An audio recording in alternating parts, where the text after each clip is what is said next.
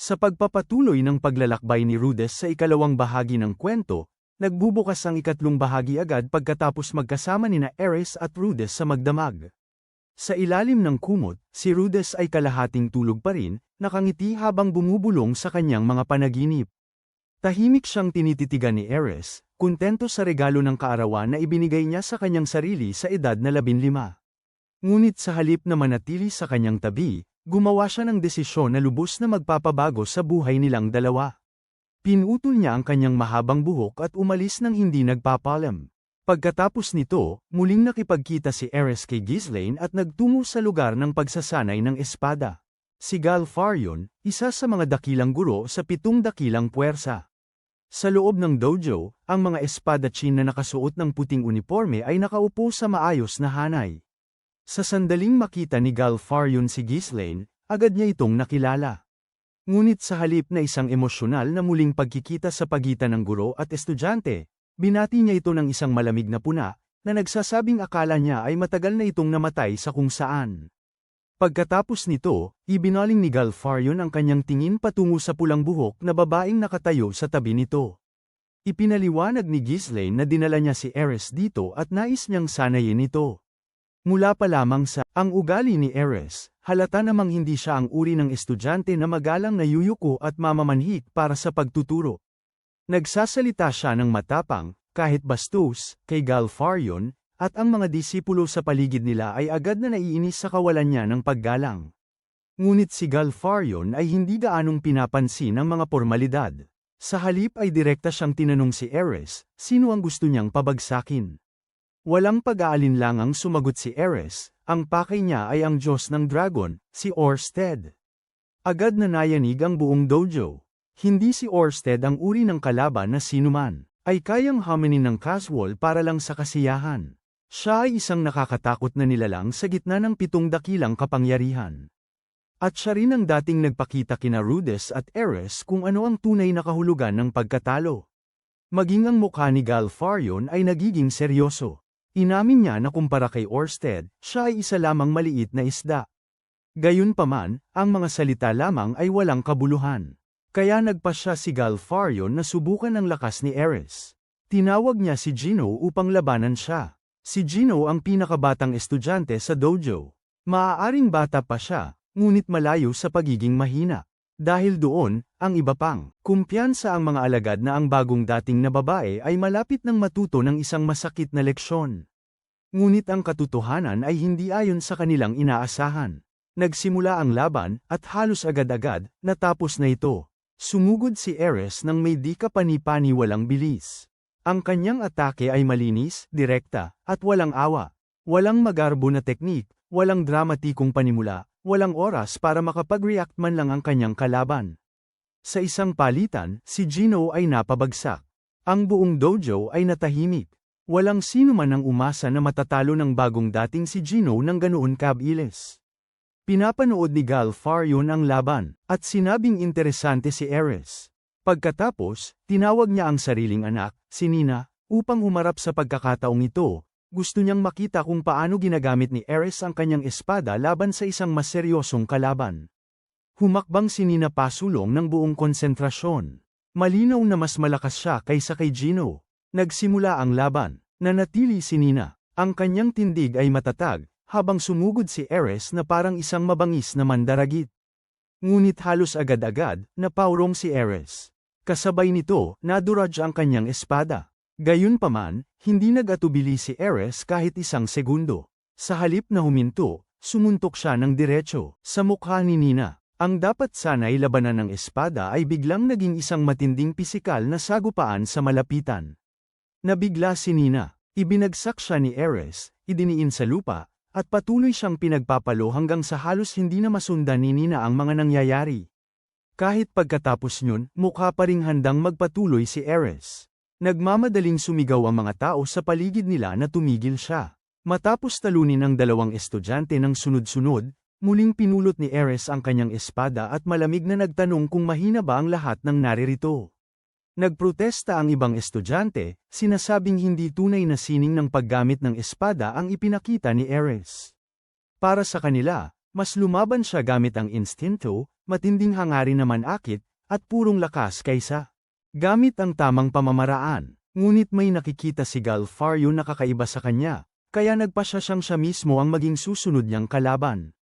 Agad na tumutol ang mga alagad. Hindi na kailangan pang personal na lumaban ang Diyos ng espada sa isang baguhan, ngunit hindi sila pinansin ni Galfaryon at sinabing magtitimpi siya. Pagkatapos ay napansin niya ang espada ni Ares at napagtanto niyang ito ay isang dekalidad na sandata, malamang gawa ng manggagawa na si Julian. Nagkataon namang gawa rin ng parehong panday ang sarili niyang espada. Hindi gaanong alam ni Ares ang pinagmula ng espada. Sinabi lang niya na ito ay ibinigay sa kanya ni ang tribong Midgard. Nagsisimula ang labanan. Sumugod si Ares sa kanya ng buong lakas, ngunit napakalaki ng agwat sa lakas sa pagitan nila. Sa isang iglap, kumilos si Galfaryon ng may bilis at teknik na hindi kayang sundan ni Ares. Matindi ang kinalabasan. Si Ares ay tumalsik palabas mismo ng dojo at bumagsak sa nyebe sa labas. Nang makitang nakakakilos pa rin siya matapos matamaan ng kanyang atake, sinabi ni Gal kay Ghislaine na gamutin ang kanyang mga sugat. Pagkatapos, nang walang babala, idineklara niya na mula sa araw na ito pasulong, si Ares ay magiging isang sword saint. Ang buong dojo ay nabigla ng husto. Ang santong espada ay hindi titulong basta-basta na lang ibinibigay. Ito ay dapat ibigay lamang sa mga nakabisado na ang Long Sword of Light. Tumutol ang mga disipulo. Sinasabing hindi pa natutunan ni Ares ang teknik na yun, kaya paano siya makikilala? Agad tinanggihan ni Galfaryon ang kanilang reklamo. Kitatalo lang ni Ares ng 2 taong nakabisado na ang Long Sword of Light. Iyon pa lamang ay sapat ng patunay na ang pagkabisa lamang ng isang teknik ay hindi nakakapagpalakas sa isang tao. Kung ang isang taong pambihira tulad ni Ares ay hindi ituturing na eksepsyon, mawawala ng kabuluhan ang titulo ng Santong Espada mismo. Mula sa sandaling ito, ang babaeng minsan ay walang magawa sa harap ng Diyos Dragang si Orsted ay opisyal nang pumasok sa landas ng may sensinang pagsasanay sa ilalim ng Diyos ng Espada. Hindi nagbago ang kanyang layunin. Nais niyang maging sapat ang lakas upang makatayo sa harap ni Orsted balang araw nang hindi nanginginig tulad ng dati. Matapos makilala ni Galfaryon bilang isang espada santo, opisyal nang sinimula ni Ares ang kanyang tunay na pagsasanay sa dojo. At kung may sino man ang mag-isip na ang pagtanggap ng titulong iyon ay nangangahulugan na magiging mas madali ang kanyang buhay, sila ay lubos na nagkakamali. Ito ay simula pa lamang. Personal na sinasanay ni Gal si Ares sa pamamagitan ng paulit-ulit na laban sa ensayo, ngunit mula pa lamang sa simula, hindi na siya nasisiyahan. Si Ares ay mabangis. Siya ay mapusok. May sapat siyang espiritu upang subukang ibagsak ang buong mundo. Ngunit kapag lumalaban siya, napakarami pa ring hindi kinakailangang pag-iisip sa kanyang isip. Para kay Gal, kung ang isang espadachin ay may oras pa para mag-isip ng labis habang nakikipaglaban, kung gayon ang espadachin na yun ay hindi pa handa. Ang aral niya ay simple. Kapag umindayog ang isang espadachin, ang hataw ay dapat ganap. Walang pag-aalinlangan, walang labis na pag-iisip, walang panloob na debate habang gumagalaw na ang talam. Pagkatapos ay tinuruan ni Gal si Ares ng isang prinsipyo. Iwas-iwas ang espada nang walang hindi kinakailangang pag-iisip. Kapag masyado na siyang napagod upang magwasiwas, dapat siyang umupo at magnilay. Kapag masyado na siyang pagod na sa pag-iisip, dapat siyang tumayo at umindayog muli. Sa madaling salita, ang buhay ni Ares mula ngayon ay umiikot sa isang simpleng siklo. Umindayog, bumagsak, mag-isip, pagkatapos ay umindayog muli. Pagkatapos ng pagsasanay, nagsimulang mag-usap ang mga alagad sa dojo tungkol kay Ares. Inamin ng ilan na malakas siya sa pakikipaglaban, ngunit iniisip pa rin nila na ang kanyang estilo ay masyadong mabagsik. Para sa kanila, mas mukha itong labanan sa kalye kaysa sa tamang pagsasanay sa espada. Kabilang sa kanila si Nina, ang babaeng may asul na buhok na tinalo ni Ares kanina. Bagaman sinisikap ni Nina na maging mahinahon, iginiit niya na kung ito ay isang tunay na laban gamit ang espada, maaaring hindi sila natalo kay Ares. Nakatayo sa tabi ni Nina, ay si Gino, ang pinakabatang estudyante. Siya ay mahinahon at medyo mahiyain. Hinihikayat ni Nina si Gino na kausapin si Ares, ngunit sa halip na haminin siya, simple lang siyang nagtanong kung gusto niyang sumama sa kanilang magsanay paminsan-minsan. Hindi katulad ng iba, hindi man lang siya tila may masamang hangarin. Pagkatapos nyon, umalis si Ares at nagsimulang magsanay ng mag-isa sa labas. Sa nagyayelong nyebe, paulit-ulit niyang iniwawasiwas ang kanyang mabigat na kurbadang espada. Habang lalo siyang nagsasanay, lalo niyang napagtatanto na ang pagwawasiwas ng espada ng wasto ay mas mahirap kaysa sa tila. Sa isip ni Ares, mga larawan ng mga taong mas malakas kaysa sa kanya ang nagsisimulang lumitaw ng sunod-sunod. Una, naroon si Ghislaine, na minsan ay mas mabilis kaysa sa kanya, ngunit pagkatapos nyon, lumilitaw ang imahe ng Diyos ng Dragon na si Orsted, at si Orsted ay maraming beses na mas mabilis kaysa kay Ghislaine. Sa sandaling maalala niya yon, mas malinaw na nararamdaman ni Ares ang agwat sa pagitan niya at ng kanyang layunin. Hindi lang niya gustong maging mas malakas kaysa sa ordinaryong tao. Gusto niyang maging sapat ang lakas upang harapin ang isang tunay na halimaw sa gitna ng 7 dakilang kapangyarihan. Lumipas ang oras. Patuloy na nagsasanay si Ares ng walang tigil, sa loob ng dojo, sa labas sa nyebe, sa kabundukan, sa ilalim ng nagliliyab na araw, kahit na ang kanyang mga kamay ay may paltos, punit-punit, at balot ng sugat. Patuloy niyang iniindayog ang kanyang espada. Minsan, umuupo si Ares ng mag-isa at iniisip ang mga galaw ni Galfarion. Itinatanong niya sa sarili kung ano ba talaga ang itsura ng atake ng Diyos ng espada. Sinusubukan niyang kopyahin ang ritmong yon. Pinipilit niyang maalala ng kanyang katawan ang bilis na yon, ngunit hindi pa rin dumarating ang resulta. Paulit-ulit na sumusubok si Ares. Paulit-ulit siyang nabibigo, at sa bawat pagkakataon, bumabangon siyang muli at nagpapatuloy. Ang mga disipulo na dating minamaliit siya ay unti-unting nananahimik. Araw-araw, pinapanood nila, pinilit ni Ares ang sarili sa matinding pagsasanay. Sa simula, sila ay mausisa lamang. Kalaunan, sila ay mapapatitig na lamang sa hindi kapanipaniwala. Lumipas ang mga taon. Lumaki si Ares bilang isang dalaga, ngunit kahit pagkatapos ng mahabang panahon, patuloy pa rin siyang umindayog ng kanyang espada hanggang sa umabot sa kanyang sukdulan ang kanyang katawan. Habang nagsasanay, ini-imagine ni Ares na nakatayo si Orsted sa kanyang harapan. Sa sandaling lumitaw ang larawang yon, sabay na bumukal sa loob niya ang takot at matinding pagnanais na manakit. Humahangos siyang sumusugod at umindayog na parang sinusubukang gibain ang ilusyon na yon. Ngunit gaano man niya kahirap subukan, nararamdaman pa rin ni Ares na kulang pa rin ito. Pagkatapos, isang gabi, lumitaw ang isang lalaking may puting buhok at nakasuot ng kapansin-pansing kasuotan. Sa labas ng dojo, sa sandaling lumapit si Ares sa kanya na may mapanganib na titig, ipinakilala niya siya ang emperador ng Hilaga, si Ober Corvette, na kilala rin bilang Peacock Sword. Sinabi niya na gusto niyang pumasok sa dojo at makilala si Galfarion. Napagtanto ni Ober na si Ares ay isa sa mga disipulo ng Diyos ng Espada, kaya magalang siyang humiling na ipaalam nito ang kanyang pagdating.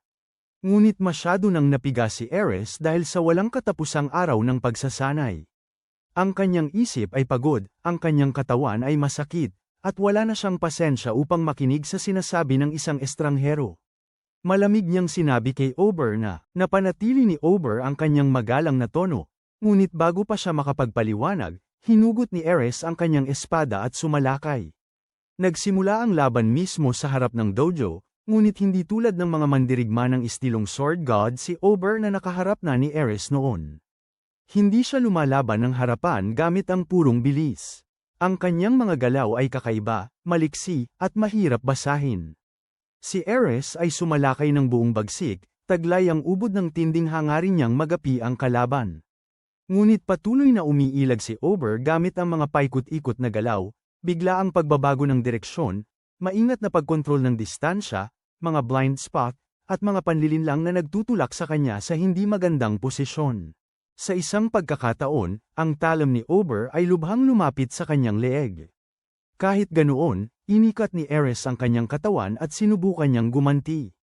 Wala siyang anumang balak na sumuko.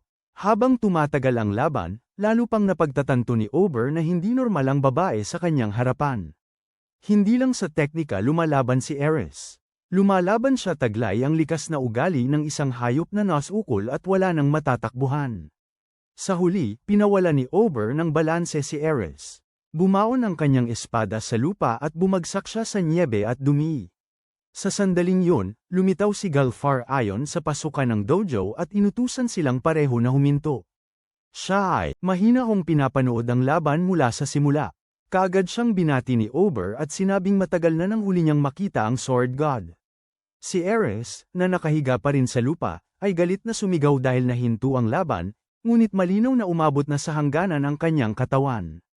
Sinabi ni Ober kay Gal na matapos basahin ang liham ng Sword God, pumunta siya sa dojo at nakatagpo ang babaeng ito. Inamin niya na hindi pa siya nakakita ng ganito kamabangis na espadachim noon. Inikumpara niya si Ares sa isang mabangis na hayop. Bigla niyang napagtanto na siya pala ang batang kilala bilang ulol na aso. Matapos ang kanyang pagkikita kay Ober, tahimik na bumalik si Ares. Sa kanyang silid, sa loob, naghihintay si Ghislaine para sa kanya. Bumagsak si Ares sa higaan, lubos na pagod. Ang kanyang katawan ay puno ng mga sugat. Ang kanyang diwa ay unti-unting nanghina rin dahil sa walang tigil na pagsasanay at sa laban na katatapos lang niya. Sa wakas, hindi na kayang manahimik ni Ghislaine. Direktang tinanong niya ang kanyang guro. Palaging pinahahalagahan ni Galfar iyan ang loika at kahusayan sa paggamit ng espada. Kaya bakit niya hinahayaan si Ares na magpatuloy sa pagsasanay sa ganitong irresponsible at paulit-ulit na paraan? Kahit pagkatapos ng lahat ng panahong ito, hindi pa rin magamit ni Ares ang pinakahuli. Teknika, ang mahabang espada ng liwanag. Ngunit hindi nagagalit si Galfar iyan. Sa halip, itinuro niya ang kanyang espada kay Ghislaine at ipinaliwanag ang kanyang intensyon. Ang itinuturo niya kay Ares ay hindi isang partikular na teknika. Tinuturuan niya ito kung paano magsanay. Aminado si Gal na si Ghislaine mismo ay dating parang isang gutom na tigre, puno ng likas na ugali, mabangis, matalas. Ngunit ang kanyang labis na mahigpit na paraan ng pagsasanay ay naging dahilan upang siya ay maging labis na napigilan. Sa pagkakataong ito, kay Ares, tumatanggi siyang ulitin ang parehong pagkakamali. Hindi si Ares ang uri ng espadachim na matututo ng teknika ng magalang. At kinokopya ito ng eksakto tulad ng sagot sa pagsusulit. Siya ay isang tunay na mabangis na nilalang.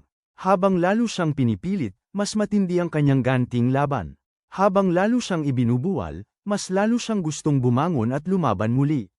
Nag-aalala pa rin si Ghislaine kay Ares, ngunit ipinapaalala ni Gal sa kanya ang layunin ng babae. Ang taong gustong pabagsakin ni Ares ay hindi isang ordinaryong espadachim. Ito ay ang Diyos ng Dragon, si Orsted. Kung si Ares ay masunerang gagayahin lamang ang itinuturo ni Gal sa kanya, hindi siya magkakaroon ng pagkakataon laban kay Orsted. Upang harapin ang isang halimaw na tulad yun, dapat matuklasan ni Ares ang sarili niyang landas. Dapat niyang panatilihing buhay ang kanyang ligaw na instinct, at mula roon, dapat niyang gawing estilo ng espada ang mga instinct na yun na hindi mahahadlangan ng anumang tiyak na anyo. Pagkatapos mismo yun, ipinakilala ni Gal ang lalaking kapansin-pansin ng pananamit na nagpakita sa dojo. Siya ang emperador ng Hilaga, si Ober Corvette, kilala rin bilang espada ng Pabo Real. Lumabas na hindi lang basta napadaan si Ober sa dojo nang nagkataon. Personal siyang inimbitahan ni Gal doon para magsilbing tagapayo at lumikha ng hamon kay Ares.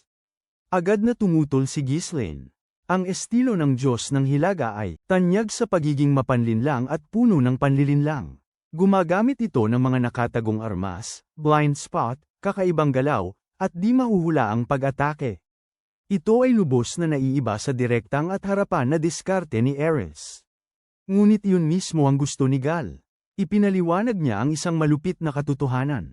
Alam ni Orsted ang mga doktrina, panghuling teknik, at kahinaan ng bawat estilo ng espada. Mula sa estilo ng Diyos ng espada hanggang sa estilo ng Diyos ng Hilaga, naiintindihan, nagagamit, at nasasagot niya halos ang lahat. Nangangahulugan yun na kung ang estilo ng Diyos ng espada lang ang alam ni Ares, siya ay malalagay sa malaking dehado bago pa man. Magsimula pa lang ng maayos ang labanan. Kung gusto niya ng kahit bahagyang pagkakataon na makatayo sa harap ni Orsted, dapat niyang matutunan kung paano harapin ang maraming iba't ibang estilo. Dapat siyang umangkop sa mga atake na hindi sumusunod sa normal na loika. Dapat din niyang matutunan kung paano mag-isip at lumaban ang kanyang mga kalaban. Hindi lang si Ober, ibinunyag din ni Gal na inimbitahan niya ang isang master ng Water God style sa dojo. Ang Water God style ay isang estilo na nagpapakadalubhasa sa depensa at kontra-atake. Doon lang tuluyang naintindihan ni Ghislaine ang tunay na intensyon ng kanyang master. Hindi pinabayaan ni Gal si Ares. Itinutulak niya ito sa pinakamahirap na posibleng kapaligiran kaya na makakaya niyang umunlad mag-isa. Pagkatapos niyan, nagsimula ang laban sa pagsasanay sa pagitan nina Ares at North Emperor Ober sa harap ng maraming disipulo. Hawak ni Ares ang dalawang espadang kahoy at sumugod na mayroon siyang nakasanayang matinding determinasyon. Ngunit sa kanyang mahusay na paggalaw ng paa, kakaibang anggulo ng pag-atake, at hindi mahulang paghawak sa laban, madaling nasasangga ni Ober ang kanyang mga atake at napipilitan siyang mapatamba sa sahig. Kahit ganoon, hindi sumusuko si Ares. Hinihingal siya, at naitutulak pabalik. Ngunit sa isip niya, iisa lang ang naiwan na kaisipan. Kailangan niyang lumakas, sapat na lakas upang makatayo sa tabi ni Rudess. Nang mausisang tanungin ni Ober kung sino si Rudess, dahan-daang tumayo si Ares. Matalas ang kanyang mga mata, ngunit puno ng pagmamalaki. Pagkatapos ay sumagot siya, isa siyang espada China, at si Rudess ay isang salamangkero. Ang isang pangungusap na yon ang nagbunyag ng tunay na puwersang nagtutulak kay Ares pasulong. Nagsasanay siya dahil gusto niyang makatayo sa tabi ni Rudess balang araw. Gusto niya itong protektahan. Ayaw niyang manatiling walang magawa habang pinapanood siyang talunin muli ni Orsted. Sabay-sabay na sumabog sa loob niya ang pag-ibig, pagkahumaling, at determinasyon. Umungal si Ares. Isang pulang labanan, bumubuhos ang aura sa paligid ng kanyang katawan. Pagkatapos, sa sumunod na saglit, sumugod siya sa bilis ng liwanag. Humaplos ang kanyang talam kay Ober. Napakalakas ng atake na bumasag ito sa kahoy na lagayan ng espada sa likuran niya. Natigilan ang buong dojo. Pinagpawisan ng malamig si Ghislaine at ang mga disipulo. Dahil ang atake na binitawan ni Ares ay hindi na lang basta likas na instinct, ito na ang tunay na mahabang espada ng liwanag, perpekto sa bilis at lakas. Sa wakas, ang asong ulol, na dating binaliwala bilang isang lumalaban lamang gamit ang instinct, ay narating ang pinakamataas na teknik sa pamamagitan ng kanyang sariling mailap na landas. Para naman kay Ober, kahit na bahagya lang siyang nakaiwas sa isang nakamamatay na atake, tumawa siya ng may tunay na pananabik. Pinuri niya ang teknik na kakaganap lang ni Ares. Pagkatapos ay tinanong niya kung gusto pa nitong lumaban ng isa pang round. Ngumiti si Ares ng may pagmamalaki at kumpiyansa, at walang pag-aalinlangang sumagot, "Siyempre." Sa sagradong lugar ng espada, habang ang mga disipulo ay nagpapahinga pagkatapos ng isa pang matinding pagsasanay, biglang sinabi ng isang babae kay Nina ang isang nakakagulat na tsismis tungkol kay Ares. Tila, ang kinikilalang matikas na mandirigma ng dojo ay ibinigay na ang puso niya sa isang kahangahangang binata. Nang marinig ito, saglit na natigilan si Nina. Sa paningin niya, si Ares ay isang taong ipinanganak upang umindayog ng espada, hindi isang taong dapat na nadawit sa romansa. Ang ideya ay tila ganap na wala sa lugar. Hindi doon natatapos ang usapan. Ang babae naman ay casual na nagtanong kay Nina tungkol sa relasyon niya kay Gino, dahilan upang mamula agad si Nina. Nagulat siyang itinanggi ito at idineklara na iaalay niya ang buong buhay niya sa espada. Sa madaling salita, sinusubukan niyang pigilan kahit ang pinakamaliit na senyales ng pag-ibig bago pa man ito lumaki. Ngunit sa sandaling yon, natapos ni Ares ang kanyang pagsasanay sa Diyos ng espada, at lumapit. Dahil hindi gaanong gusto ni Nina si Ares, agad siyang nagpakawala ng matalim na punana ang isang babaeng magaslaw tulad ni Ares ay hindi kailanman makakahanap ng kasintahan at maaaring manatili na lamang. Purong magpakailanman alang-alang sa kasanayan sa espada. Sa sandaling sabihin niya yon, tumigil si Ares at lumingon. Pagkatapos, na may mapagmataas ng ngiti, idineklara niyang hindi na siya birhen. Si Nina at ang lahat ng nasa paligid niya ay nanatiling tulala. Ipinagmamalaki naman ni Ares si Rudess, ang batang lumaki kasama niya, naging adventurer kasama niya, tinawid ang kontinente ng mga demonyo kasama niya, at ang pinakamahalaga, minsang hinarap ang Diyos ng dragon na si Orsted mismo.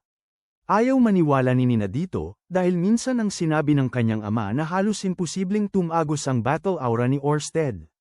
Kahit ganoon, iginigiit ni Ares na si Rudess ay hindi basta-bastang salamangkero, siya ay tunay na malakas, ngunit ang pagmamataas na iyon ay hindi nagtatagal. Tumingin si Ares sa sarili niyang mga kamay. Bagamat lagi niyang sinasabi na gusto niyang tumayo sa tabi ni Rudess at harapin ang pinakamalalakas na nilalang sa mundo kasama siya, mas naiintindihan niya kaysa kanino man na hindi pa rin siya sapat ang lakas. Mahal niya si Rudess at naniniwala sa kanya, ngunit mas lalo lang nitong pinasasakit ang damdamin na malaman kung gaano pa siya kalayo sa kanyang layunin. Lubos nitong ginuluhan si Nina. Ang Ares na nakatayo sa harap niya ay hindi lang mayabang at marahas. Siya ay isang babaeng nagte-training ng buong puso upang maging karapat-dapat na tumayo sa tabi ng taong mahal niya. Hindi makapaniwala sa isang kwentong, tila halos hindi kapanipaniwala, nagpasya si Nina na kumpirmahin ito mismo. Umalis siya sa sagradong lugar ng espada at naglakbay patungo sa isang bayang nababalutan ng nyebe upang tanungin ang mga adventurer. Sa simula, ipinapalagay pa rin ni Nina na ang taong ito na si Rudess ay isang pinalaking pantasya lamang na nilikha ni Ares. Ngunit pagkatapos magtanong-tanong, mabilis niyang narinig ang mga tao na binabanggit si Rudess ng Quagmire bilang isang kilalang adventurer. Siya ay minsan nang nirecruit ng pinuno ng partido, at mayroon pang bulong-bulungan na tinalo niya ang isang ligaw na pulang dragon. Kalaunan, lihim na nakipagkita si Nina sa isang impormante sa isang makipot na eskinita, at mas lalo siyang nabigla sa kanyang narinig.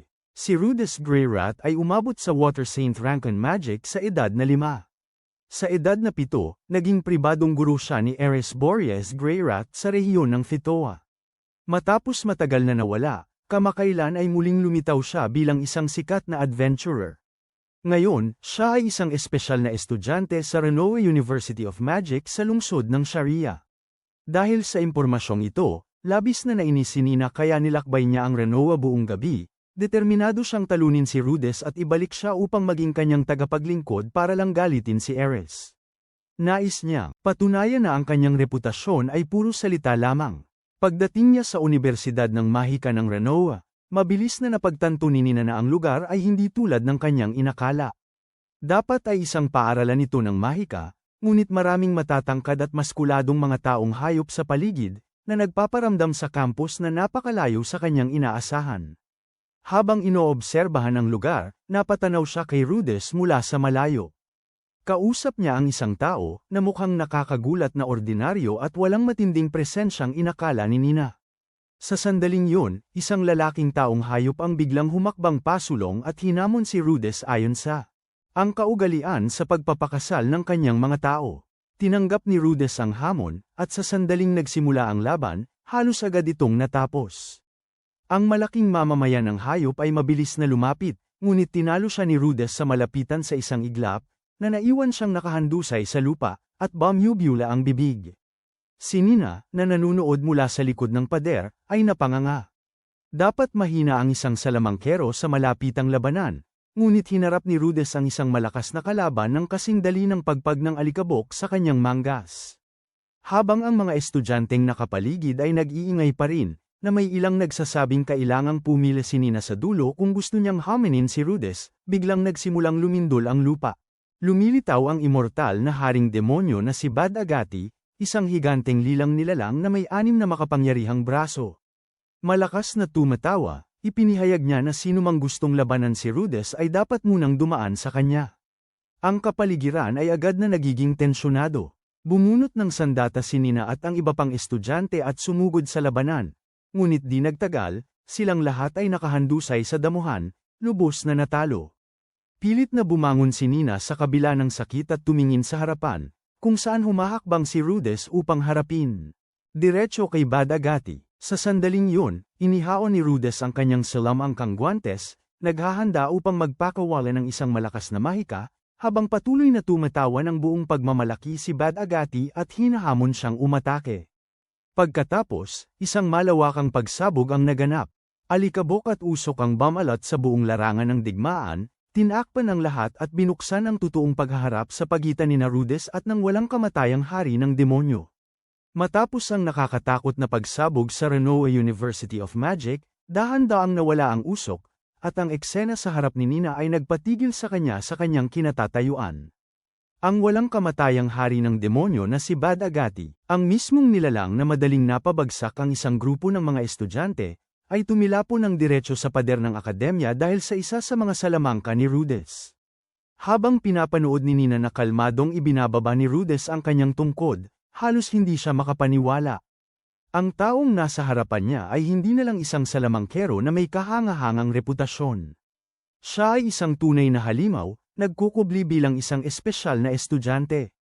Sa sandaling yun, sa wakas ay naiintindihan ni Nina kung bakit lubhang nahuhumaling si Ares na maging mas malakas. Naiisip niya, gusto ni Ares na tumayo sa tabi ng isang tulad nito. Sapat na ang iisang kaisipang yun para durugin ang bawat pagdududa niya. Hanggang ngayon, inakala ni Nina na nag-iinarte lang si Ares dahil sa pag-ibig, ngunit matapos niyang makita mismo kung paano tinalo ni Rudess si Bad Agati, wala na siyang dahilan para itanggi ito. Ang taong gustong abutin ni Ares ay talagang umiiral sa antas na malayo sa karaniwang tao. Nang gabing yun, habang pabalik sa santuaryo ng espada, umupo si Nina ng mag-isa sa tabi ng isang apoy sa gitna ng nyebe, nakatitig sa kanyang sariling refleksyon sa talam ng kanyang espada. Ang paglalakbay na ito ay nagsimula sa pagdududa at paglalaban, ngunit ngayon, habang siya ay bumabalik, isang mabigat na pakiramdam na lamang ang nananatili sa loob niya. Nakita na niya ang lakas ni Rudess, at sa wakas ay naintindihan kung bakit nagsasanay si Ares na para bang hindi niya pinahihintulutan ang sarili na magpahinga. Nang makarating si Nina sa dojo ng hating gabi, tahimik niyang nakita si Ares na winawasiwas pa rin ang kanyang espada sa patio. Bawat hampas ay puno ng determinasyon, na para bang hindi kailanman pinahintulutan ni Ares ang sarili na huminto. Kinaumagahan, tinanggap ng santuaryo ng espada ang isang napaka-espesyal na bisita, si Rita Rhea, ang pinuno ng istilong Diyos ng Tubig, kasama ang isang batang babaeng disipulo. Sa sandaling magkita sila, hindi na nag-abala si Galfarion sa magagalang na pormalidad, at diretsyong tinanong kung bakit siya dumating. Tumawa si Rita at sinabing dahil si Gal, nagpakumbaba siya upang humingi ng tulong, kaya't nagkaroon siya ng interes kung sino ang nais nitong aipaturo sa kanya. Ang kapaligiran sa pagitan ng dalawang maestrang ito ay parang matagal nang magkakilala na muling nagkita, na ang bawat magalang na salita ay may nakatagong tibo. Pagkatapos niyan, tinawag sina Nina at Ares sa pangunahing bulwagan. Kaagad lumuhad si Nina nang may paggalang sa harap ng Diyos ng Tubig, habang si Ares ay nanatiling nakatayo na nakakrus sa mga braso, hindi man lang pinansin ang seremonya. Mabilis na sinabihan ni Nina si Ares na lumuhad, at ipinakilala ni Galfarion ang babaeng nasa harap nila bilang si Rita Rhea, ang pinuno ng estilo ng Diyos ng Tubig. Ang sandaling si Rita, sinusuri si Ares, napagtanto niya na ang batang ito ay mas katulad ng isang mabangis na hayop kaysa sa isang ordinaryong estudyante. Direkta niyang sinabi na si Ares ay lubos na hindi nababagay sa estilong water god. Pagkatapos ay tinanong niya si Gal, kung sino nga ba ang inaasahan niyang labanan ng batang ito. Sumagot si Gal ng seryoso, gustong talunin ni Ares ang Diyos ng Dragon na si Orsted. Sa sandaling binanggit ang pangalan na yon, kahit ang mga mata ni Rita ay lumaki sa gulat. Si Orsted ay hindi ang uri ng kalaban na basta-basta lang binabanggit bilang personal na layunin, siya ay isang nilalang na sapat na nakakatakot para kalugan maging ang mga master na tulad nila. Kahit na iniisip ni Rita na ang layunin ay lubos na walang katuturan. Walang ingat, nakikita pa rin niya itong kawili-wili. Gayunpaman, ayaw niyang mag-aksaya ng oras sa isang walang talento, kaya inutusan niya ang batang disipulo na kasama niya upang subukan muna si Ares. Ipinakilala ng babae ang sarili bilang Water King Isolde Cruel, at binalaan si Ares na huwag isipin na ang titulong Sword Saint ay sapat na upang talunin siya.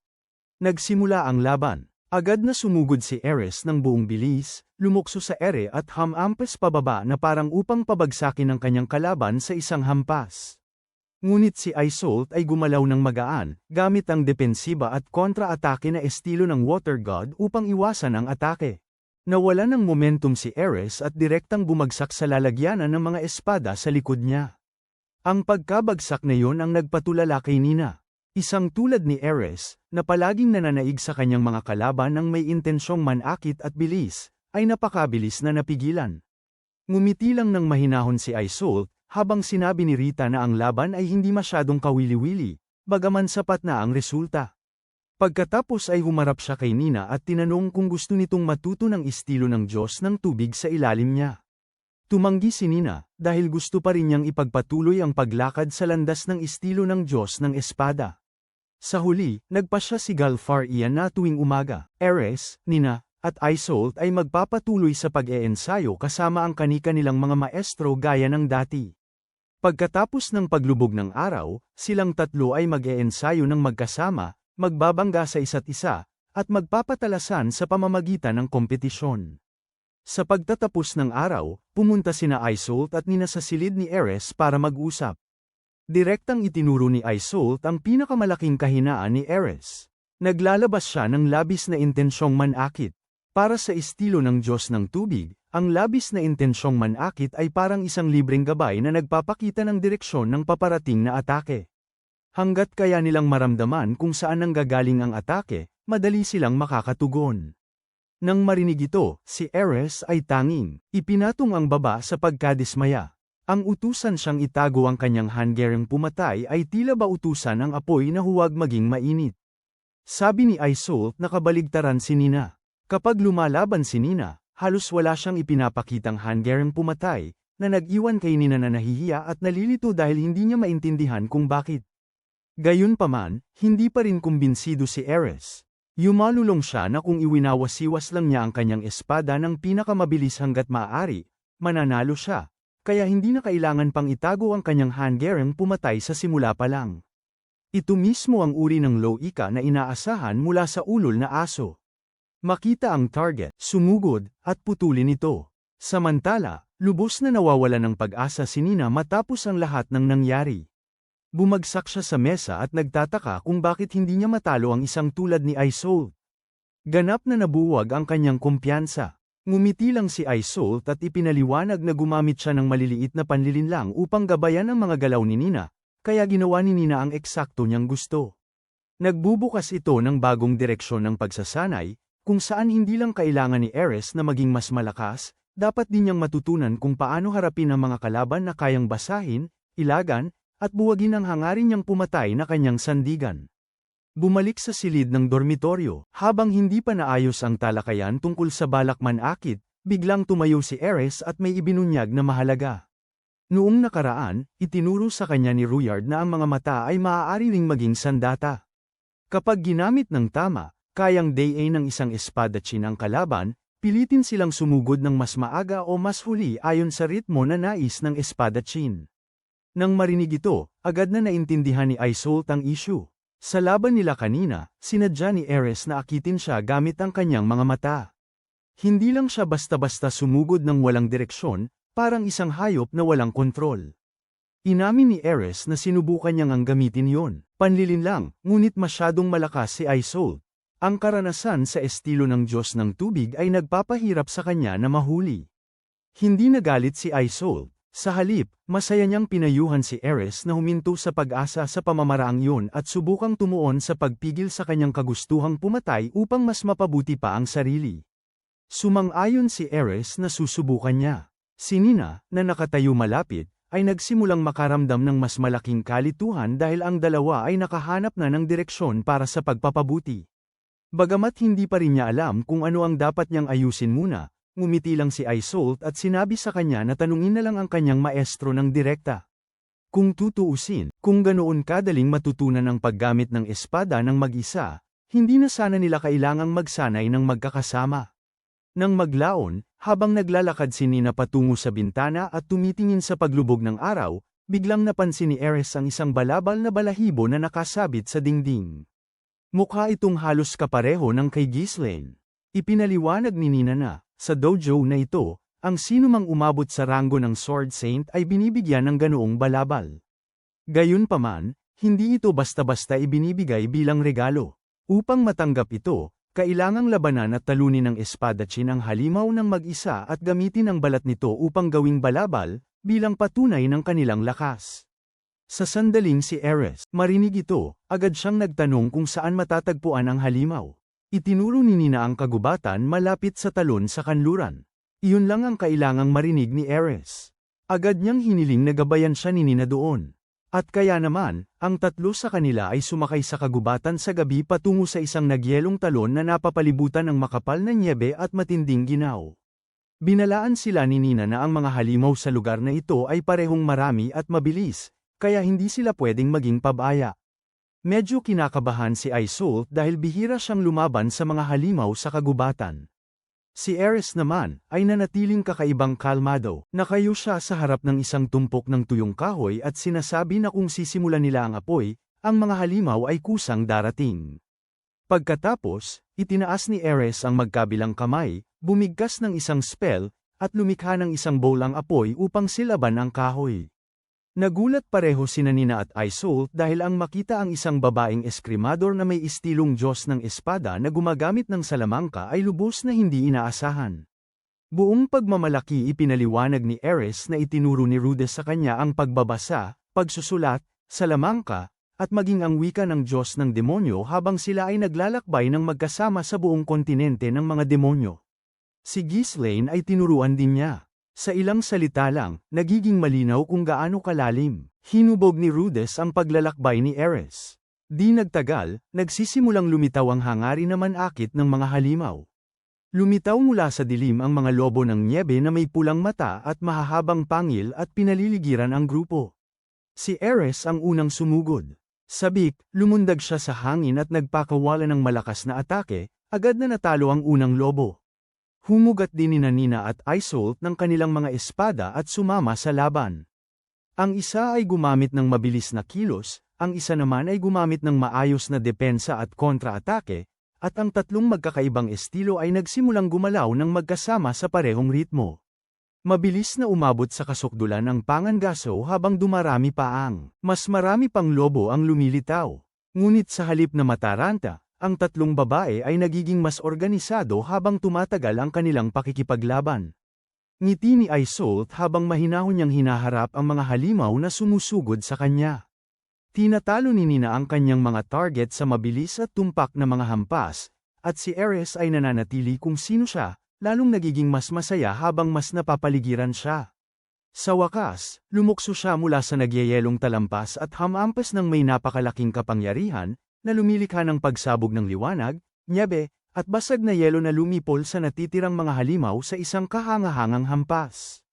Kinabukasan, habang pabalik sila sa dojo, sa liwanag ng bukang liwayway, masayang inamin ni Isolde na ito ang unang beses na nakaramdam siya ng ganoong kalaking tuwa, pagsasanay, pag-aaral, at pangangaso ng mga halimaw kasama ang mga kaibigan na halos kapantay niya ang antas. Pagbalik nila sa pasilyo, parehong napagtanto ni Nina at Isolde na malinaw silang umunlad sa paulit-ulit na paghaharap na ito.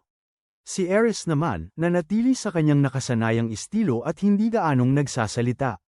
Bago umalis, tumalikod siya at ipinahayag kay Isolde na sa susunod, tiyak na tatama siya. Sa itaas, tumawa si Obert Corvette at nagkomento na silang tatlo ngayon. Mukhang magkapantay. Sumang-ayon si Rita, sinabing ang manalo kahit isang round lang sa tatlo ay malaking pag-unlad na. Ngumiti si Ghislaine nang may tahimik na kasiyahan dahil sa wakas ay nauunawaan na niya ang intensyon ni Galfarion. Hindi niya tinuturuan si Ares sa pamamagitan lamang ng espada. Inilagay niya ito sa isang kapaligirang puno ng mga kalaban na magpipilit sa kanya na lumago ng mag-isa. Habang naglalakad si Ares sa pasilyo, biglang tinawag siya ni Nina at tinanong kung gusto niyang malaman kung paano ihinto ang pagpapakawala ng ganoong matinding presensya. Agad na humiling ng sagot si Ares. Binigyan siya ni Nina ng isang nakakagulat na simple payo: maligo araw-araw, linisin ang kanyang katawan, kumain ng maayos, gumapang sa isang mainit na kama, at matulog habang iniisip ang lalaking mahal niya. Sa sandaling banggitin si Rod Ice, namumula si Ares at sinisigawan siya. Tinatanong kung ano ang kinalaman ng lahat ng ito sa kanya. Tumalikod si Nina at ipinaliwanag na tuwing pinag-uusapan ni Ares si Rod Ice, nawawala ang pagnanais niyang manakit. Idinagdag din niya na kung mananatiling masyadong marumi si Ares, baka hindi ito magustuhan ni Rod Ice. Ang komento ay tila casual, ngunit tumama ito sa puso ng problema. Tumingin si Ares sa ibaba at inamoy ang marumi niyang manggas, pagkatapos ay naaalala niya kung gaano kaalalahanin si Rod Ice noon, maging ang pag-aalaga sa mga bagay tulad ng paglalaba para sa kanya sa kanilang paglalakbay. Lumipas ang oras, at sa dojo ng istilong Sword God, nagsimula muli sina Ares at Isolde ng isa pang laban sa pag-eensayo habang nanunood si Nina. Sa pagkakataong ito, ganap na ibang-iba si Ares. Malinis ang kanyang katawan, kalmado ang kanyang isip, at ang kanyang mga mata ay hindi na umaapaw sa matinding pagnanais na manakit. Nang sumugod ang dalawa sa isa't isa, kinuha ni Assault ang kanyang karaniwang depensibong posisyon, naghihintay upang basahin ang direksyon ng espada ni Ares. Ngunit dahil itinago ni Ares ang kanyang matinding pagnanais na manakit, hindi na mahulaan ni Assault ang susunod na hampas. Sa isang iglap, umabot ang kahoy na espada ni Ares sa leeg ni Assault, tinabig ang sandata mula sa kanyang kamay, at napahulog siya sa sahig ng pagsasanay. Nakatayo si Nina sa malapit na nakanganga sa gulat. Dahan-daang binaba ni Ares ang kanyang espada, kinuyam ang kanyang kamao, at ngumiti ng mas masigla kaysa dati. Alam niya na nakagawa lang siya ng malaking hakbang pasulong sa landas upang maging sapat ang lakas para isang araw ay makabalik at makatayo ng matatag sa tabi ni Rod Ice. Dumating ang umaga sa mansyon ng Grey Rat, at nagising si Rod Ice sa tabi ni Roxy, ang babaeng minsang nagturo. Siya nang mahika at ngayon ay opisyal na niyang asawa. Payapa pa rin siyang natutulog, habang suot na ni Rudess ang ekspresyon ng isang lalaking ang mga iniisip ay marahil dapat manatiling pribado. Bago pa siya makahiya ng husto, iminulat ni Roxy ang kanyang mga mata at agad napansin ang pagkadismaya sa kanyang mukha. Nang tanungin niya kung ano ang mali, sumagot siya ng buong katapatan. Gusto lang niyang hanggan ng mas matagal ang minamahal niyang guro sa liwanag ng umaga. Ang komento ay nagpamula kay Roxy, ngunit mabilis niyang ibinalik ang kalmadong dignidad ng isang instruktor at sinabihan siyang maghanda, nagsimula na ang isang bagong araw. Sa ibaba, hawak ni Sylvie si Lucy sa kanyang mga bisig. Ang tanawin ng parehong, ang ina at anak na ligtas sa bahay ay agad na nagpakalma kay Rod Ice. Lumapit siya, niyakap si Sylvie, at kinausap siya na may parehong walang kahirap-hirap na pagmamahal na ipinakita niya kay Roxy ilang sandali lang ang nakalipas. Sa paanungan, ang lalaking ito ay nakakumpleto na ng buong romantikong schedule bago mag-almusal. Maya-maya ay bumaba si Roxy, nakapansin-pansing mahiyain. Agad na nagtanong si Sylvie kung naging maayos ang nakaraang gabi, na iniwan si Rod Ice na nakatayo malapit na may tensyonadong ekspresyon ng isang naghihintay ng opisyal na pagsusuri sa pagganap. Tahimik na inamin ni Roxy na siya ay banayad at naging maayos ang alagaan siya. Ngumiti si Sylvie, malinaw na nasiyahan sa sagot. Sa kabila ng silid, maingat na sinusuklay ni Norn ang buhok ni Zenith. Ipinaliwanag niya na nakakolekta pa siya ng mga kwento tungkol kay Roger, umaasang magagamit ang mga ito sa aklat na plano ni Rod Ice na isulat tungkol sa tribong Superd. Ang layunin ay ayusin ang reputasyon ng isang lahing kinatatakutan at hindi nauunawaan sa loob ng maraming henerasyon. Ito ay isang simpleng tagpo, ngunit ipinapakita nito kung gaano na lumago si Norn. Hindi na lamang siya sumusunod sa kanyang kapatid. Nagsimula na siyang humanap ng sarili niyang mga layunin at responsibilidad. Tahimik na pinagmamasdan ni Rod Ice si Zenith. Hindi pa rin siya nabawi ang kanyang mga alaala o ang kanyang dating pagkatao simula nang iligtas at ibalik sa Sharia. Gayunpaman, maliliit na pagbabago ang nagsisimulang lumitaw sa kanyang mga reaksyon. Hindi siya pinipilit ni Rod Ice o humihingi ng mga sagot. Siya ay nananatili lamang sa malapit, matiyag ang naghihintay kung anuman bahagi ng kanyang ina ang maaaring kalaunan ay bumalik.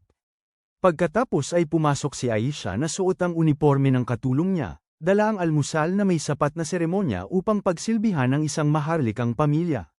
Ang kainan ay binubuo ng sopas ng kamote na may yoko beans, tinapay at gatas ng kabayo.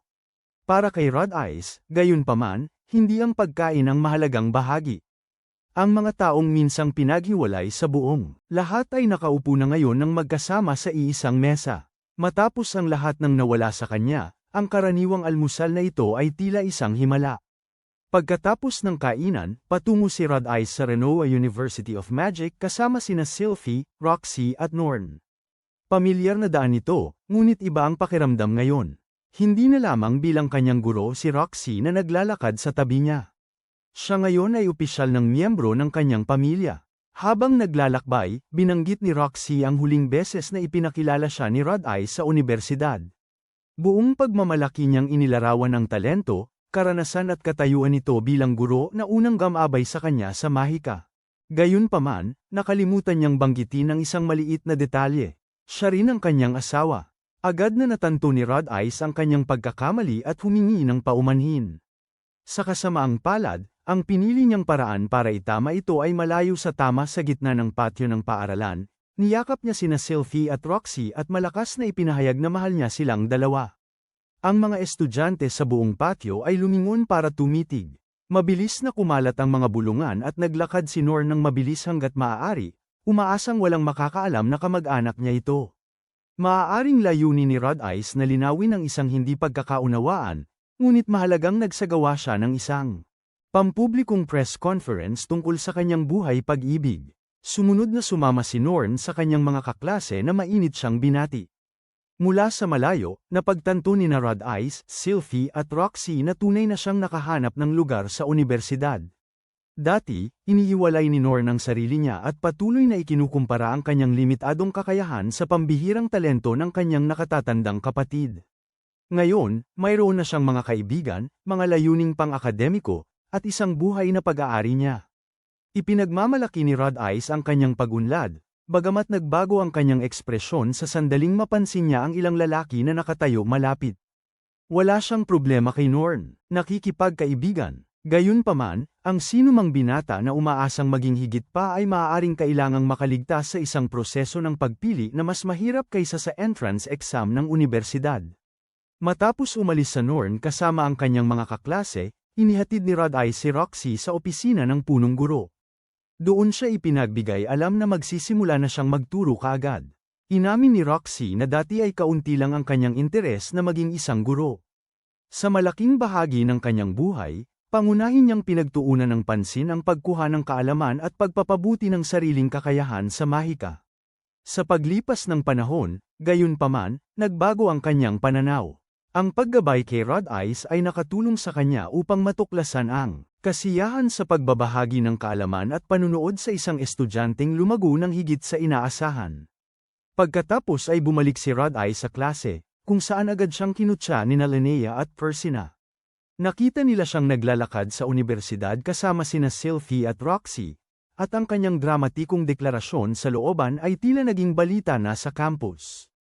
Nagbiro ang dalawang babaeng beastfolk na dapat din silang magmadali, maghanap ng kahangahangang asawa at bumalik sa bahay bago ang kinini Rod Ice ang bawat posibleng romantikong tagumpay sa Sharia. Hindi nagtagal ay dumating sina Zenobia at Julie upang salubungin siya pabalik. Si Zenobia ay nanatili halos sobrang nakatuon kay Rod Ice, habang si Julie naman ay nasa sabik dahil ang kanilang pananaliksik sa isang autonomous na manikang mahiwagang gumagalaw ng kusa ay sa wakas magpapatuloy. Para sa kanilang dalawa, ang pagbabalik ni Rod Ice ay parang kuryenteng biglang bumalik sa isang laboratorio matapos ang ilang buwan ng kadiliman. Pumasok si Nana Hoshi na taglay ang kanyang karaniwang pagod na ekspresyon, ngunit kahit siya ay tila gumaan ang pakiramdam. Hanggat nananatili si Rod Ice sa Sharia, ang kanyang pananaliksik sa teleportasyon ay hindi na maantala ng walang katiyakan. Nang magsimulang maging tahimik ang silid-aralan, pumasok si Roxy na nakasuot ng pormal na damit ng isang instruktor. Humakbang siya sa plataporma at ipinakilala ang sarili bilang si Roxy Magerdia Greyrat. Mula sa araw na yon, siya ang magsisilbing bagong guro at homeroom instructor ng klase. Ang pagpapakilala ay propesyonal, kalmado, at ganap na kagalang-galang. Pagkatapos ay idinagdag ni Roxy na siya rin ang ikalawang asawa ni Rod Ice Greyrat. Ang buong silid-aralan ay natahimik. Si Rod Ice ay napayuko na lamang sa kanyang mga kamay.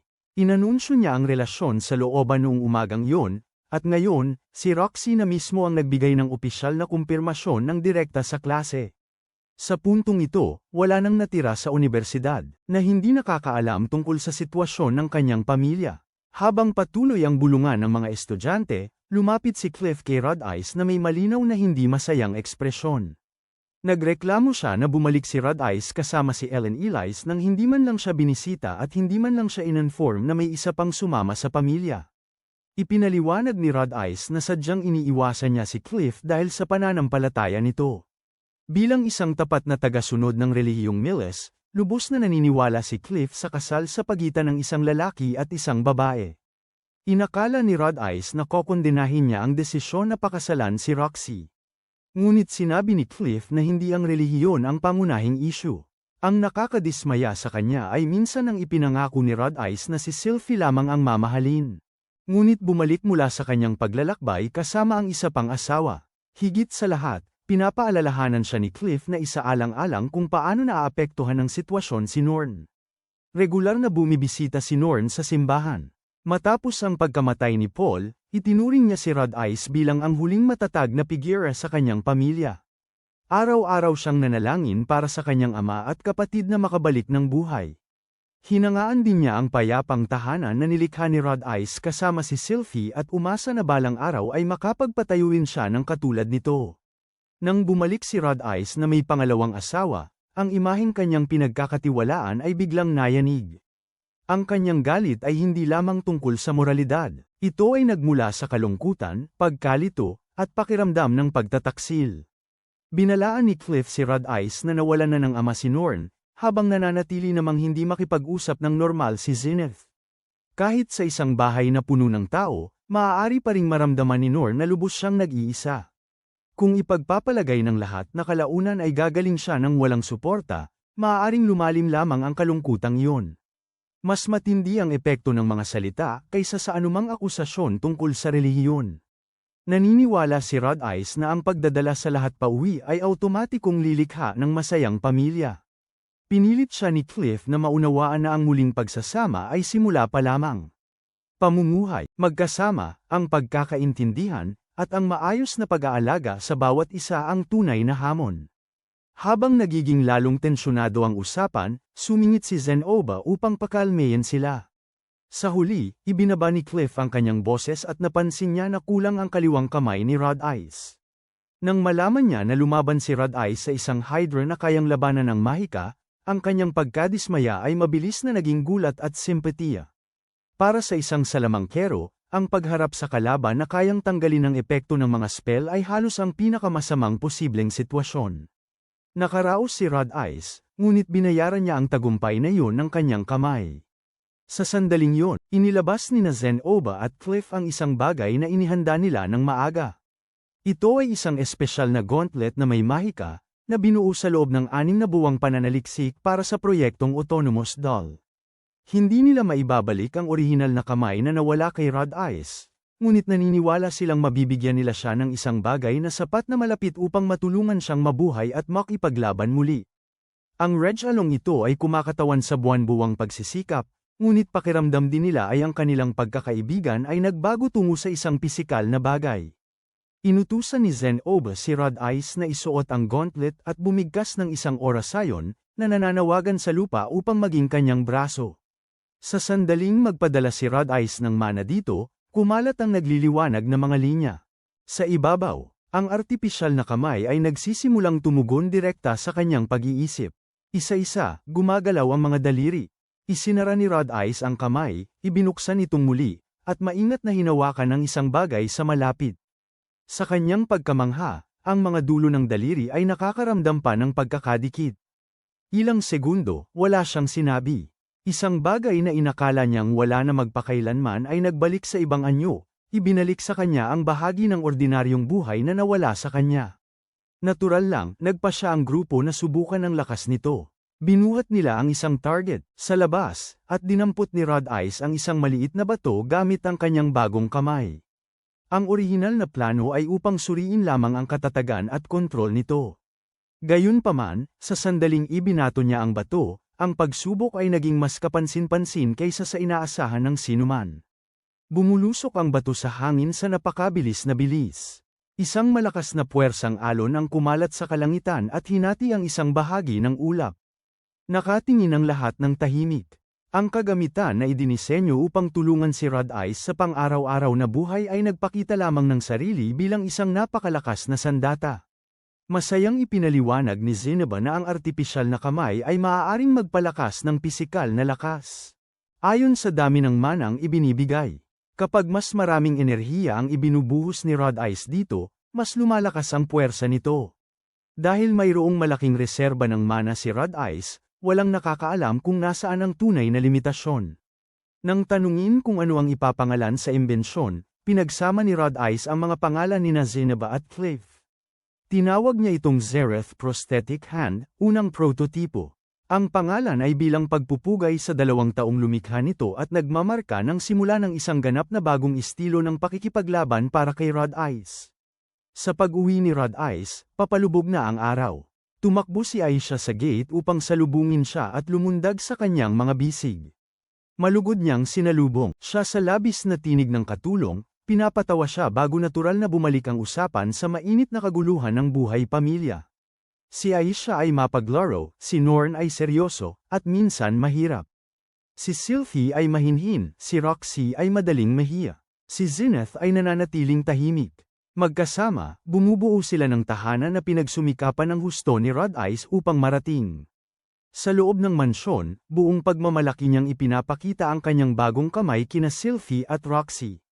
Iginagalaw niya ang bawat daliri halos kasing kinis ng isang totoong kamay, at nakahinga ng maluwag ang dalawang babae dahil magiging mas madali ang kanyang pang-araw-araw na buhay. Pagkatapos ay iniunat ni Rod Ice ang magkabilang braso at idineklara na kaya na niyang. Sa wakas ay nayakap niya ang dalawang asawa ng comfortable at sabay.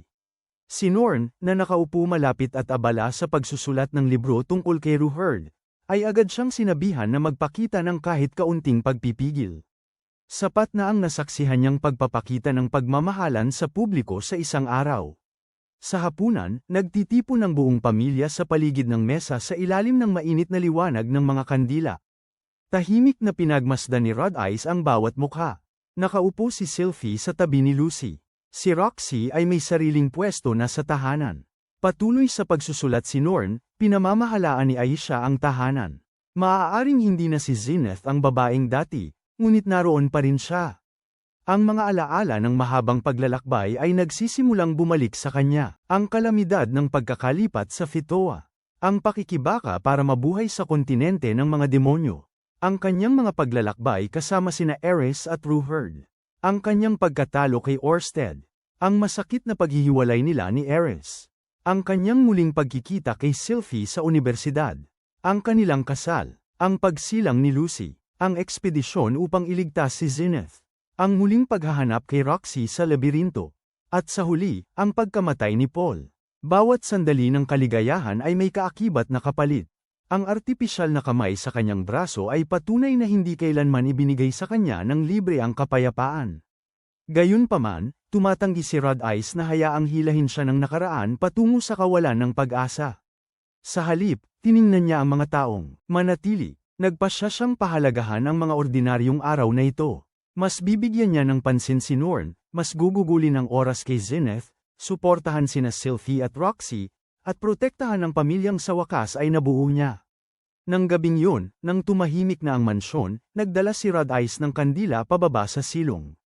Kumilos siya ng maingat, halos para bang gumaganap ng isang lihim na misyon. Ngunit ang kanyang patutunguhan ay hindi isang laboratorio o isang tagong silid ng sandata. Ito ay isang maliit na silid na naglalaman ng isang maingat na inaalagaang dambana. Binuksan ni Rod Ice ang isang kahon at inilabas ang pinahahalagahan. Relikyang matagal na niyang iniuugnay kay Roxy. Si Roxy mismo ay asawa na niya ngayon. Ngunit ang pribadong ritual na ito ay nanatili pa ring bahagi ng kanyang buhay. Lumuluhod siya at nag-aalay ng taos-pusong panalangin sa harap ng pamilyar na alaala. Ang tagpo ay maaaring magmukhang katawa-tawa sa sinumang iba, ngunit tinatreto ito ni Rod Ice ng lubos na seryosidad. Matagal na bago naging asawa niya si Roxy, siya ang taong nagpabago ng kanyang buhay. Tinulungan niya siyang malampasan ang kanyang takot sa labas ng mundo at binigyan siya ng lakas ng loob upang magsimulang mamuhay muli. Nakatayo sa tahimik na silid na yun sa ilalim ng mansyon, sa wakas ay napagtanto ni Rod Ice na siya ay tunay na nakabalik. Sa pang-araw-araw na buhay, siyempre, ang bersyon niya ng pang-araw-araw na buhay ay kasama ang pagdalo sa isang universidad ng mahika, pagtanggap ng artipisyal na braso na may kakayahang maghagis ng mga bato sa mga ulap, pamumuhay kasama ang dalawang asawa, at pagsamba sa isang mahiwagang relikya sa silong. Para kay Rod Ice Greyrat, yun pala ang itinuturing na kapayapaan. Sa sementeryo sa Sharia, tatlong matagal ng kasama, sina Ellen Elise, Giz, at Talhan, ay nakaupo sa tabi ng libingan ni Paul, nagsasali ng inumin at inaalala ang mga laban na kanilang nalampasan ng magkasama. Tahimik na nagdadalamhati si Ellen Elise sa pagkawala ni Paul, habang si Zenith ay nakaligtas, ngunit hindi na makipag-usap sa kanila tulad ng dati. Sinubukan ni Talhan na pag-aani ng kalooban, sinasabing para sa mga adventurer, ang mabuhay lang ng matagal para makapagbahagi pa ng isa pang inumin ay sapat na para mas maging mapalad sila kaysa sa maraming kaibigang hindi na nakabalik. Naniniwala si Giz na payapang makakapagpahinga si Paul dahil alam niyang inaalagaan ang kanyang asawa at mga anak, at sa wakas ay lumakas na si Rod Ice para buhatin ang mga responsibilidad na naiwan. Sa sandaling yun, dumating din sina Rod Ice at Roxy upang bisitahin ang puntod. Bago umalis, inilagay ni Giz ang isang mabigat na bag sa mga kamay ni Rod Ice. Sa loob nito ay mga gintong barya, hiyas, at mga kayamanan na narecover mula sa teleportation labyrinth. Naglalaman ang bag ng bahagi ni Rod Ice, bahagi ni Paul, at karagdagang kontribusyon mula sa iba pang miyembro ng grupo. Sinusubukan ni Rod Ice na tanggihan ang ganoong kalaking halaga. Ngunit marahang ipinaalala ni Roxy sa kanya na malaki na ang kanyang sambahayan at mangangailangan ng maraming pera sa hinaharap. Ipinipilit ni Giz na tanggapin niya ito at iniwan siya ng isang huling tagubilin. Mula ngayon, dapat niyang pahalagahan ang kanyang pamilya. Ang mga salita ay tila isang formal na pagpasa ng responsibilidad mula kay Paul sa kanyang anak. Nakipagkamay si Rod Ice kay Giz bilang pasasalamat, at binuhat ni Talhand ang kanyang bagahe bago umalis ang dalawang adbenturero sa sementeryo sa ilalim ng araw ng umaga. Sa pagbalik sa mansyon sa kanyang araw ng pahinga, nakita ni Rod Ice sina Aisha at Zenith na magkasamang nag-aalaga ng hardin, at habang pinagmamasdan niya ang kanyang ina na maingat na nagpapaluwag ng lupa, nagtatanggal ng damo, at nag-aalaga sa bawat murang halaman, nagpabalik ito ng mga alaala ng Buena Village, kung saan minsan ay mahilig maghardin si Zenith. Hindi pa rin siya makapag-usap, at ang kanyang nawawalang alaala ay maliit pa rin ang ipinapakitang senyales ng pagbabalik, ngunit naaalala ng kanyang katawan ang mga nakasanayan niya sa loob ng maraming taon. Sa pagkakita kina Zenith at Aisha na nakaluhod sa tabi ng isa't isa sa gitna ng mga taniman ng bulaklak, iniisip ni Rod Ice na mukha silang eksaktong mag-ina. Sinabi niya kay Aisha na malaya siyang tawagin si Zenith na ina ngayong lahat sila ay nakatira sa iisang bubong.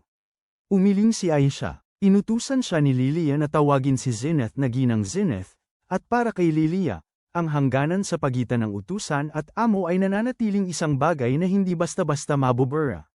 Walang gaanong pakialam si Rod Ice sa formal na titulo. Ang mahalaga sa kanya ay ituring ng bawat isa ang isa't isa bilang pamilya.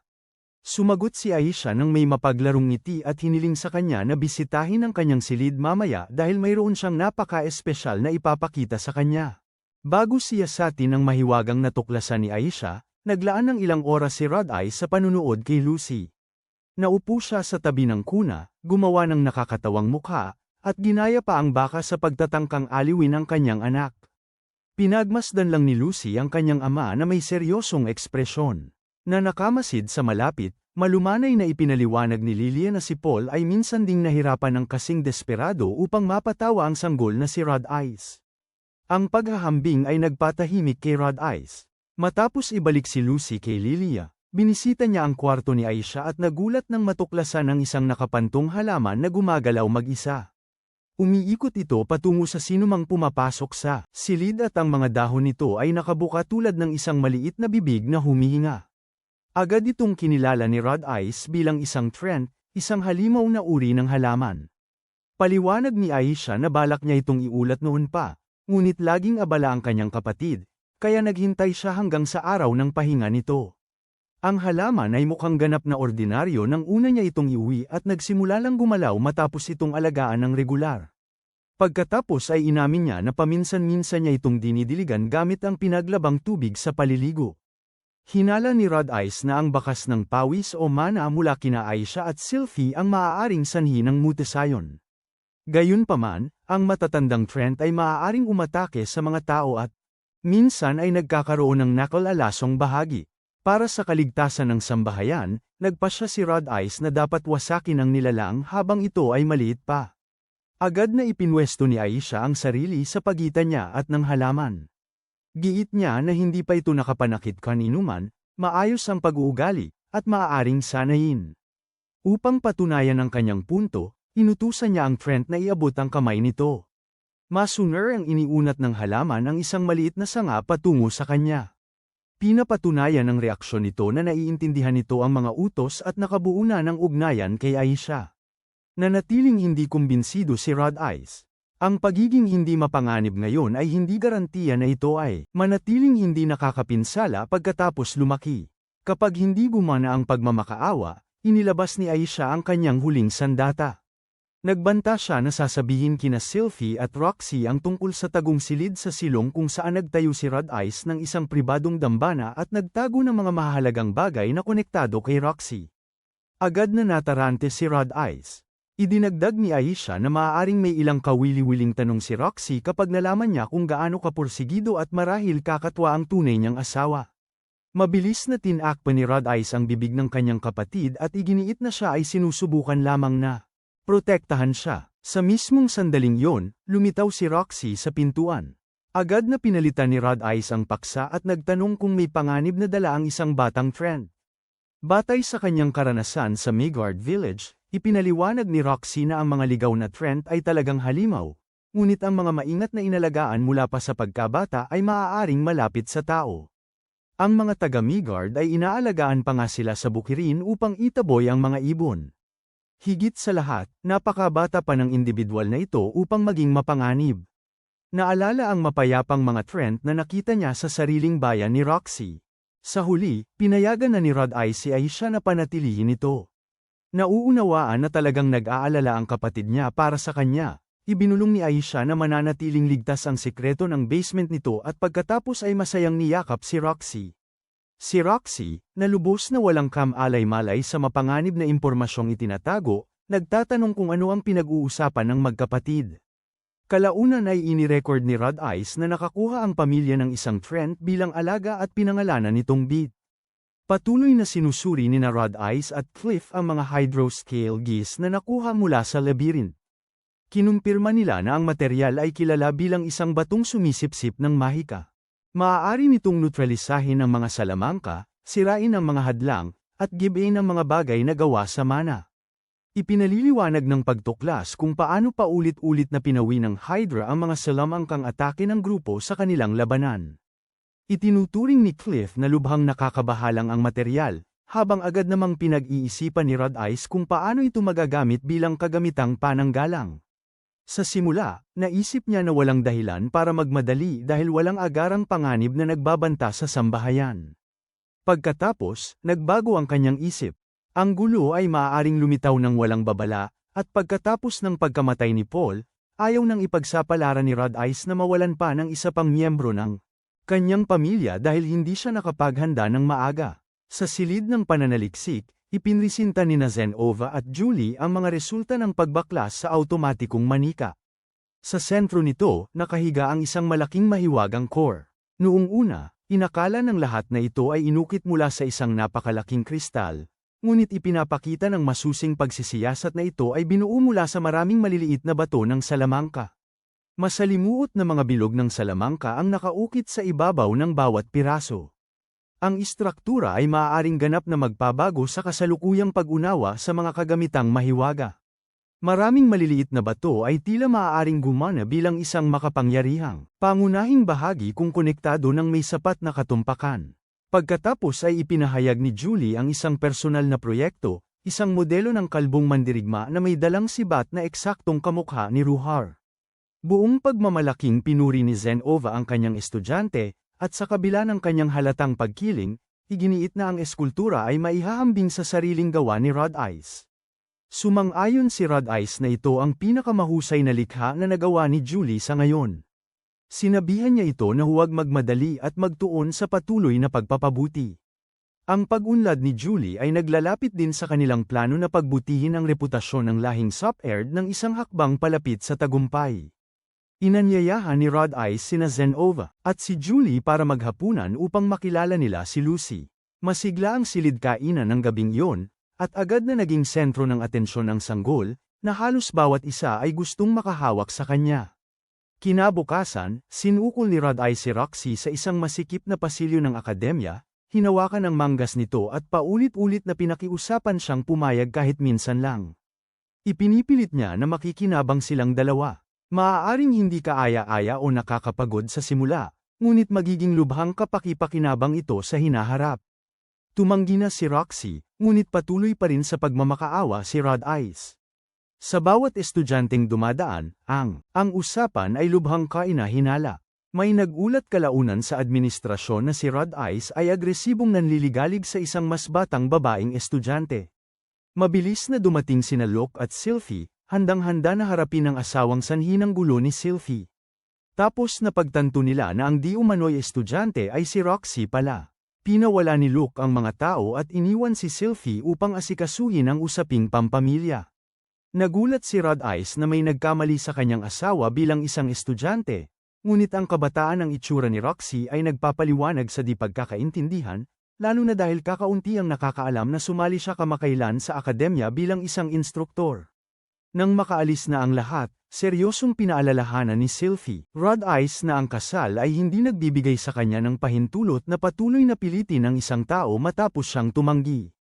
Napansin ni Rod Ice ang malungkot niyang ekspresyon at kakaiba siyang natuwa dahil bihira lang magpakita si Sylvie ng selos para sa kanya. Tiniyak niya rito na wala siyang balak pabayaan ito at iminungkahi na gawin nilang tatlo ng magkasama, kasama si Roxy na magtuturo sa kanilang dalawa. Doon lang lumabas ang katotohanan. Hindi pala humihingi si Rod Ice ng anumang personal. Gusto niya palang turuan ni Roxy siya at si Sylvie ng king tier na water magic. Nagtapos ang hindi pagkakaunawaan sa pag-aayos para sa isang pribadong magic aralin. Gayunpaman, nananatiling may bisa ang babala ni Sylvie. Hindi dapat hayaan ni Rod Ice na maging panggigipit ang kanyang pananabik matapos may tumanggi na. Ang praktikal na aralin ay ginaganap sa labas ng lungsod. Sumakay sina Rod Ice, Roxy, at Sylvie kay Matsukaze sa malawak na parang. Ang kanilang usapan tungkol sa mga kabayo ay nagpapaalala kay Roxy kay Caravaggio, ang kabayong minsang nagdala sa guro at estudyante ng magkasama habang siya ay nagtatrabaho bilang tagapagturo sa Buena Village. Noong panahong yun, bata pa si Rod Ice at hindi pa niya nakikilala si Sylvie. Ngayon, ang dating estudyanteng yun ay sumasakay sa tabi ng kanyang unang guro at kanyang kaibigan noong bata pa siya. Ang nakapalibot na kanayunan ay kahawig din ng dati nilang tahanan, tahimik na nagbabalik ng mga alaala mula sa mapayapang taon bago ang sakuna sa pag-teleport. Nakarating sila sa isang bukas na parang na may lumang istrukturang bato at agad na bumalik si Roxy sa seryosong saloobin ng isang guro. Kapag tinanggap na niya ang isang estudyante, nilalayo niyang turuan sila ng maayos hanggang sa huli. Ang layunin ngayong araw ay ang water spell na nasa antas ng hari, na kilala bilang kidlat. Ang puntirya nila ay isang malayong puno. Itinaas ni Roxy ang kanyang tungkod at nagsimulang magbigkas. Nagtitipon ng asul na mana sa paligid niya habang mabilis na nawawala ang malinaw na kalangitan sa likod ng itim na ulap. Malakas na hangin ang humahagupit sa bukirin. Nagsisimulang umulan at kuryente ang pumipilipit sa pagitan ng mga ulap. Nang matapos ang spell, itinuro ni Roxy ang nakalap na kidlat patungo sa target. Puting ilaw ang bumalat sa tanawin habang kulog at presyon ang humahawi sa lupa. Nagkalat ang mga ulap pagkatapos at bumalik ang sikat ng araw halos kasing bilis ng paglitaw ng bagyo. Kinumpirma ni Roxy na nagtagumpay ang spell at tinanong kung malinaw na nakita ni Rod Ice ang lahat. Ang ginhawa na makikita sa kanyang mukha ay nagpapakita na kahit siya ay hindi basta-basta makagamit ng kidlat. Sa kabila ng paghawak ng ranggong Water King, maaari pa ring mabaigo si Roxy at kailangan niyang mag-concentrate ng lubusan sa bawat pagsubok.